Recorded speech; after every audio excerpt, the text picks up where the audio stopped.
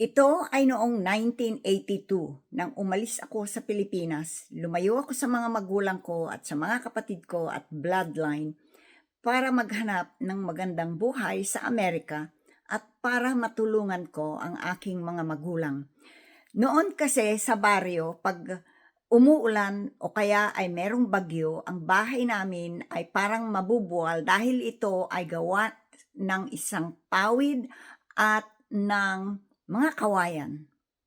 Walang kuryente, kami ay nagpupunta sa kung saan lugar pag walang tubig doon sa malapit na giripo sa amin. Nangarap ako na sa isang araw ay bubuksan ko na lang ang faucet at merong mainit at malamig na tubig at merong elektrisidad na palagi kong makikita ang gusto kong basahin. Tumulong ako sa mga magulang ko. Tapos tinulungan ko rin ang mga kapatid ko.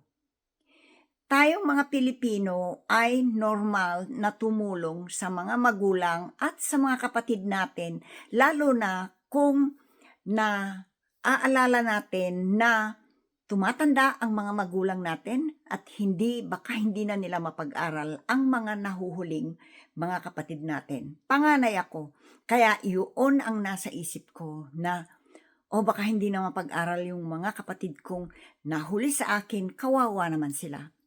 Kaya kahit paano ay natulungan ko silang lahat.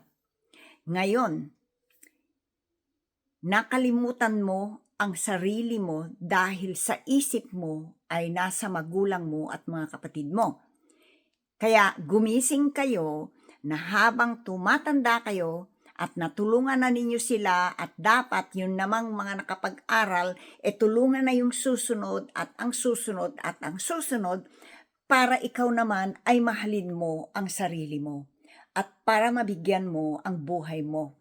Kasi pag matanda na ang katawan mo tulad ng akin, 69, magigising ka na, wala palang tutulong sa akin dito.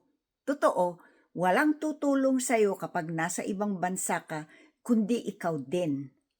Tandaan mo yan, mahalin mo ang sarili mo, alagaan mo, at mag-ipon para pagtanda mo, dahil walang mag-aalaga sa'yo at tutulong sa'yo, meron kang magandang buhay.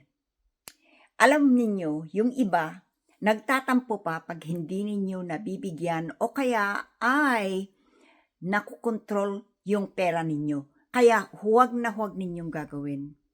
Mahalin ang sarili at mahalin ang pamilya na ginawa mo, tulad ko dito sa Amerika.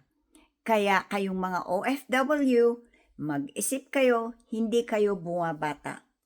Mag-ipon kayo at mag-invest sa sarili nyo. Mag-aral para yung abilidad kasi ang importante. Kahit matanda na ito, pag marami tayong abilidad, marami tayong magagawa sa buhay at kaya nating kumita kahit sa anong paraan.